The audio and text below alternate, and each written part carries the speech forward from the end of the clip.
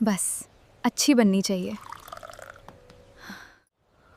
अनन्या, चाय बहुत ही स्वादिष्ट बनी है। हाँ, हमारे दिन की शुरुआत अच्छी हो गई। आप सबको पसंद आई, मुझे बहुत खुशी हुई। आज से हम हर खुशी और हर मुश्किल साथ मिलकर पार करेंगे।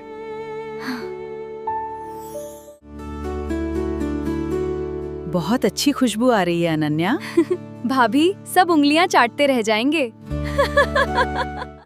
तुम्हारे हाथ के बने इस खाने में तो जादू है। जीते रहो बेटा, बहुत सारा आशीर्वाद। तुमने अपने प्यार और संस्कार से इस घर में खुशियां